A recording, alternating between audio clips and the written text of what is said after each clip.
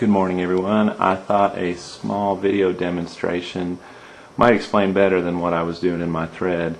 Anyway, that's my XPS M1710 that I bought in March. It's the black metallic top. Over there you can see the two external hard drives, and I have the optical drive open, and it will remain open and empty throughout the demonstration. That's my Swiss Gear, whatever they call themselves now, 17-inch backpack, and then there's my Razer Diamondback mouse. So without anything else, we'll go ahead and power it up, and we'll do the one-click play whatever game you want.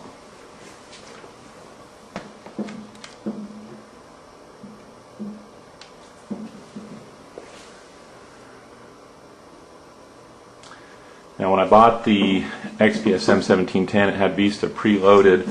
I removed the drive that came with it, installed a brand new 320 gigabyte internal drive, made the Dell Media Direct partition, and then installed a copy of Windows XP Media Center Edition so I could take advantage of the Media Direct buttons. A lot of people on the Dell forums will tell you that's silly. I actually kind of like it. It's one of the features that impressed me about the M1710 were the front panel controls and the Dell Media Direct button.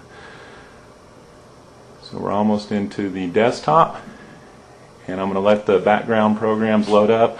I have about 30 running on this machine. Obviously, you don't need that many to run XP successfully. However, there are some that are kind of convenience features for me. I like what they do, so I allow them to run.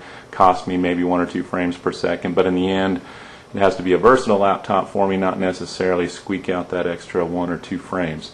So I'm into the desktop now, and I keep it pretty clean. But down the Quick Start menu,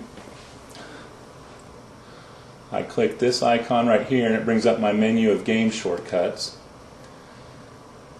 So this one is showing all the games that I have on my internal hard drive, and then I have a DOS folder. And inside this DOS folder are most of the games that are running off a DOSBox. There's a couple of exceptions. And I can come down, I can select, let's say we're going to play XCOM. Just double click on XCOM. It will launch the DOSBox application and then run the XCOM executable.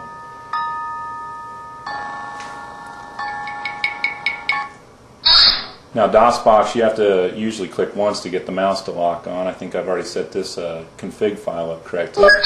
Choose English, and then we'll go ahead and quit out of this. One of the other classic games back from the early mid-90s, System Shock. This was a little bit difficult to get to run under DOSBox because it uses a CD. And DOSBox and alcohol mounting images are a little bit tough to run together. Looking Glass, that's a logo you won't see anymore. Great game company from the early 90s. New Atlanta, Sector 11, Building 71G, 7 April 2072, 11:13 p.m. Hacker begins unauthorized entry. Just remember Hacker. And on this one, the game is, you can tell it's a just as DOS was going over to Windows 95, because you actually have to Alt-X out of the game. Ever since we've gone to Windows, we don't Alt-X out of anything anymore. Here was another fairly impressive Looking Glass game, Terra Nova. That's running into DOSBox, and then it's calling the, that's actually a batch file, because that's what I use to make alcohol, load the disk image, and then run the Terra Nova executable. Looking Glass again. Now you'll notice the video is just a little bit choppy on this. This was a fairly high-end game for the DOS days. DOS is not GPU intensive, it's strictly on the CPU, and even with a Core 2 Duo 2.3 gigahertz, it struggles just a little bit running this application DOSBox with the movies. The gameplay is very smooth. Tinkers on, up your hatch, Vulture.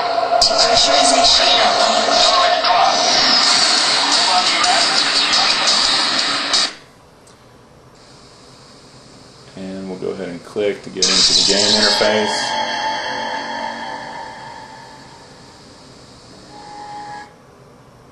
And let's exit out of this one.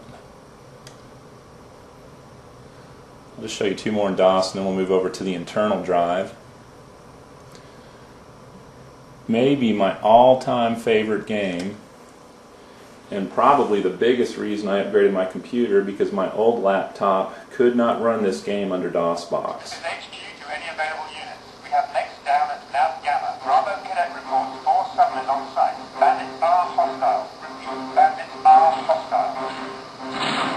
HQ, this is Alpha Assault. I'm on my way. Bearing 025. ETA 34 seconds. This is Bravo Cadet. I've got bandits all over me. Get down here.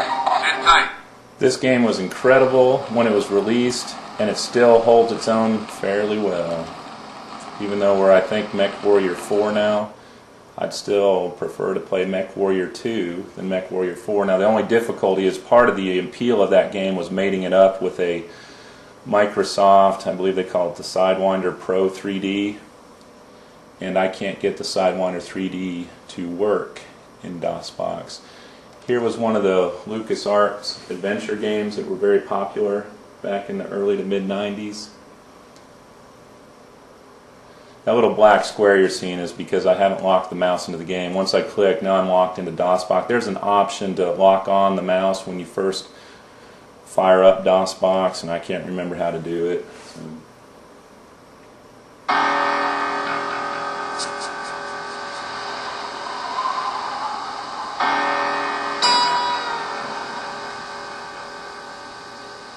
Whenever I smell asphalt, I think of Marine.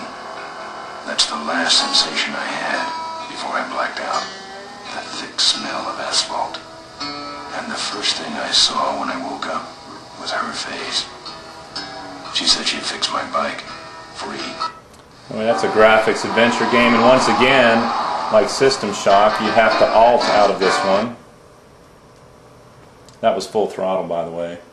And then the last one we'll show over in the DOSBox arena. This is Duke Nukem 3D. Now this actually is not running under DOSBox. It's a build emulator. You still have to have the original, I believe it was the GRP file off the floppies or the CD. But this is somebody, and I can't remember his name, I wish I could, because he's done a build emulator, and so you can run Duke Nukem 3D, Shadow Warrior, and the other games that use the build engine.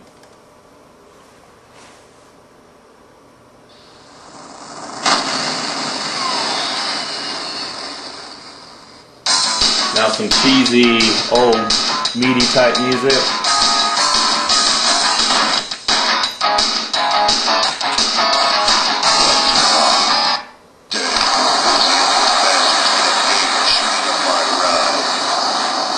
Now we're back into what I consider the funnest first-person shooter I ever played.